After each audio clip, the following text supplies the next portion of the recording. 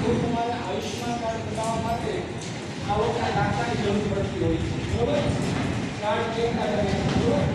card માટેના કાગળો કેટલી કાર્ડ ખાસ છે એમાં ઉપરના વયવંદના કાર્ડ છે જે છેલ્લે આપણા પ્રધાનમંત્રી શ્રી નરેન્દ્ર મોદીએ જે કીધું છે 70 વર્ષના કાર્ડ હોય એમાં